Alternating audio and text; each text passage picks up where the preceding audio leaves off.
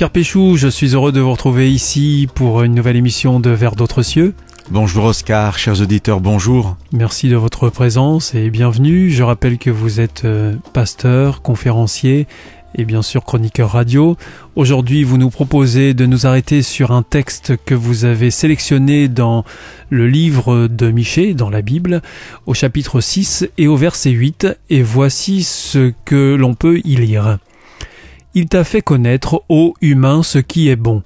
Et qu'est-ce que le Seigneur réclame de toi, si ce n'est que tu agisses selon l'équité, que tu aimes la fidélité et que tu marches modestement avec ton Dieu ?» Alors Pierre Péchou, bien sûr, dans ce texte, on retrouve plusieurs notions. Vous allez revenir sur ces notions ? Oui, j'ai choisi justement ce verset pour les expliquer, pour que nous n'ayons pas une mauvaise image de ce que Dieu demande de nous. Je nous imagine faire un petit sondage dans la rue, choisissant des gens au hasard et tombant sur des croyants, et leur demandant, voilà, qu'est-ce que Dieu attend de vous ? Nous aurions une palette de réponses très large, mais je pense que régulièrement, les gens nous diraient, voilà, Dieu, il attend beaucoup de moi, je ne suis pas assez bien pour Dieu. Et souvent, on a une image d'un Dieu très exigeant. Je trouve que le verset que nous partageons aujourd'hui est un antidote à cette pensée. Parce que Dieu commence à dire, voilà ce qui est bon, et il finit en disant, il faudra que tu marches modestement avec moi. Et alors justement, quand Dieu dit, voilà ce qui est bon, qu'est-ce qui est bon au juste ? Alors dans la Bible, ce qui est bon, c'est ce qui résulte de l'action de Dieu. On voit ça très clairement à la création, dans le premier chapitre de la Bible. Dieu crée et tout ce qu'il fait est bon. Alors plus vous laissez Dieu agir, plus le résultat est bon. C'est ce qu'il faut comprendre. C'est ce qu'il faut comprendre et c'est ce qu'il faut arriver à vivre. Alors, nous venons de dire, tout sera bon quand Dieu agira. Le problème, c'est que moi, j'agis aussi, parce que je vis, je me lève le matin, je pars travailler, j'ai peut-être une famille, j'essaye d'élever mes enfants, donc est-ce que je fais ce qui est bon ou pas ? Eh bien, plus dans tous les domaines de ma vie, je laisse agir Dieu, plus ça sera bon. Alors, la question peut-être qui peut venir après, c'est comment je laisse Dieu agir dans ma vie ? Et je reviens à la fin du verset proposé.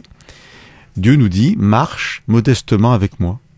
Alors, c'est une expression un peu triviale, mais j'ai envie de dire, ne te prends pas la tête. Ne va pas chercher midi à 14h. Marche avec Dieu. Modestement, on pourrait le comprendre simplement. Simplement, oui, exactement, c'est ça. C'est-à-dire, mais marche, viens, faisons un bout de chemin ensemble. Dans la relation amicale, dans la relation amoureuse, vous voulez prendre du temps avec la personne. Vous avez un ami, vous êtes content d'être avec lui, vous aimez quelqu'un, vous voulez passer du temps avec lui. Avec Dieu, c'est pareil. Combien de fois, à ce micro, n'ai-je pas répété que ce qui qualifie Dieu, c'est l'amour. Dieu est amour. Donc Dieu veut passer du temps avec nous. Mais pas comme ça, assis face à face. On marche ensemble. Donc c'est la vie de tous les jours. J'ai la Bible à ma disposition.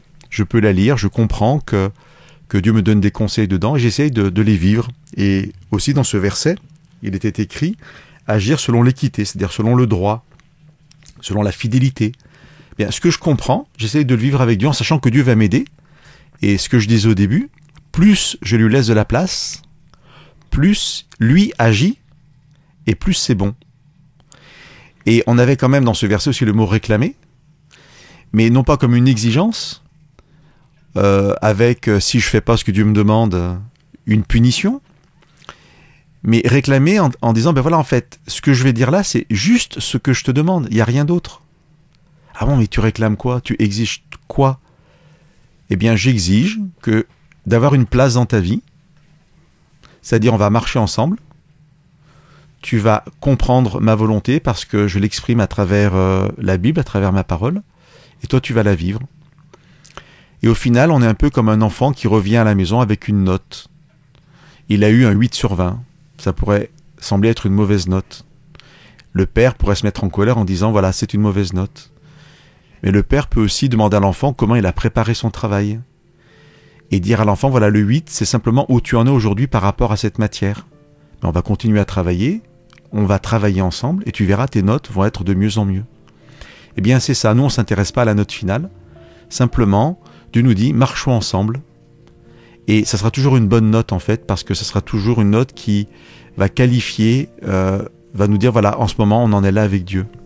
Donc c'est une invitation pour chacun de nos auditeurs à simplement être dans cette fidélité, à laisser Dieu agir pour que les choses bonnes se passent, parce que Dieu agit dans ma vie, et nous à marcher modestement avec lui.